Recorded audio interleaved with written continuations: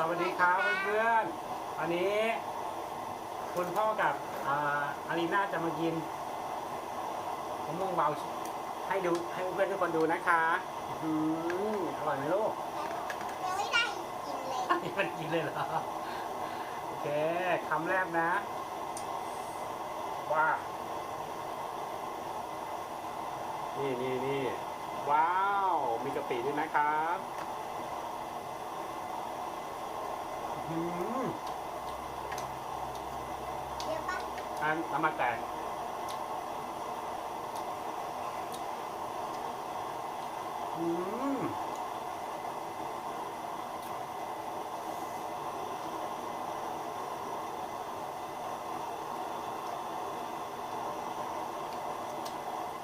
เยอะมาก เยอะมากนะถ้ากินเมล็ดเข้าไปได้มันจะออกฝาดแต่พูดถึงมันก็ได้เทคเจอร์อีกแบบหนึ่งนะ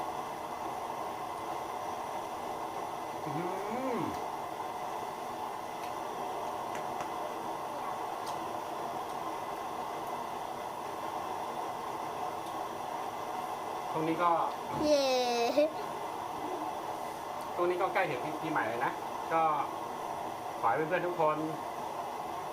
วันนี้วันคริส จ ต์ งมี มา แต่ความ ส สุข ทุก ความ ค เจ น ริญ วัน ปีใหม่ที่จะถึงนี้นะ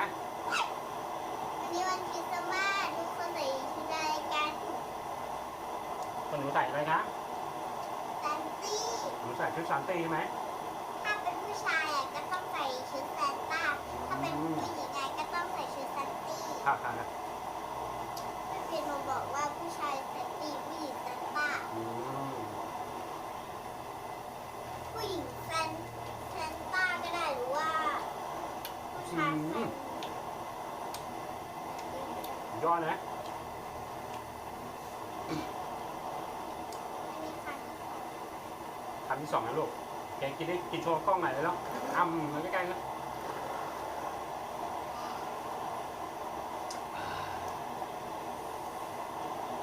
เรียกมา อันนี้คือลูกสาวนะครับ ชื่ออะไรนะ อันนี้นะ อารีน่านะนามสกุลอะไรคะ ว่างวัฒนธรรม โอเคนามสกุลบ้างวัฒนกุลนะ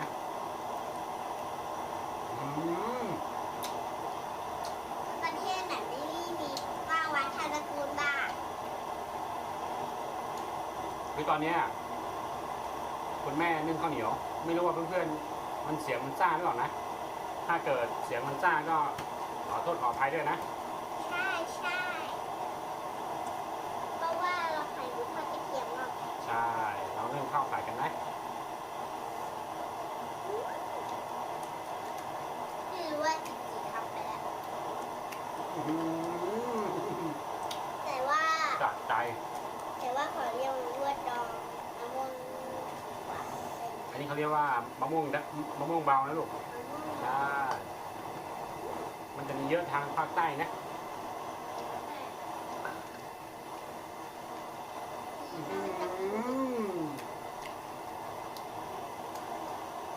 มีลูกชาย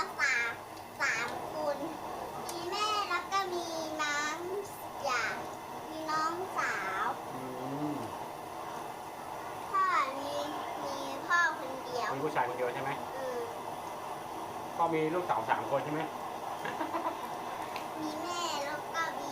หนู แล้วก็มีน้องไอ้กินน้ำปูกินไม่ได้ม่วงเบา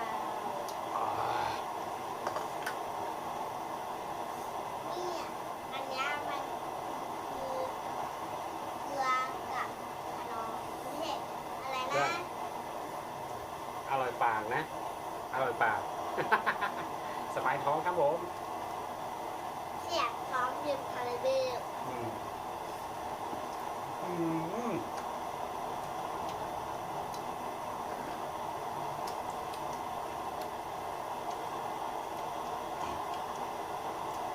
ค่ะ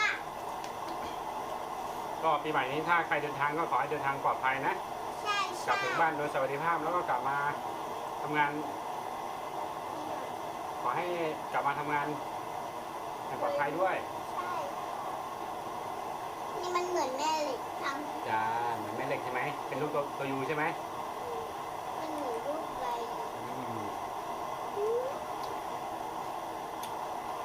ตอนนี้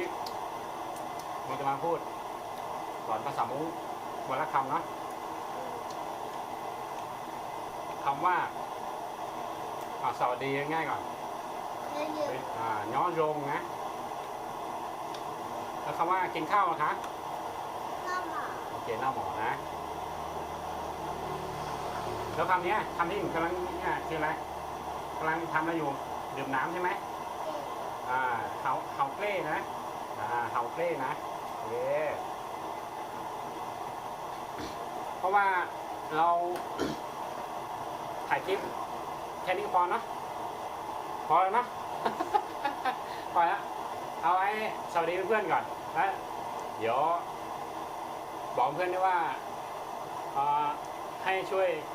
กดไลค์กดติดตามให้หนูด้วยนะคะ เพื่ออะไร รู้แล้วรู้แล้ว บอกเพื่อนเนี่ย1 2 3 อย่าลืมกดไลค์กดแชร์น้องให้น้องอันนี้หน้าได้14นะคะอย่าลืมกดไลค์กดแชร์เยอะๆนะคะ สวัสดีค่ะตอนนี้ไปแล้วนะคะ บ๊ายบาย บ๊ายบาย กดสิ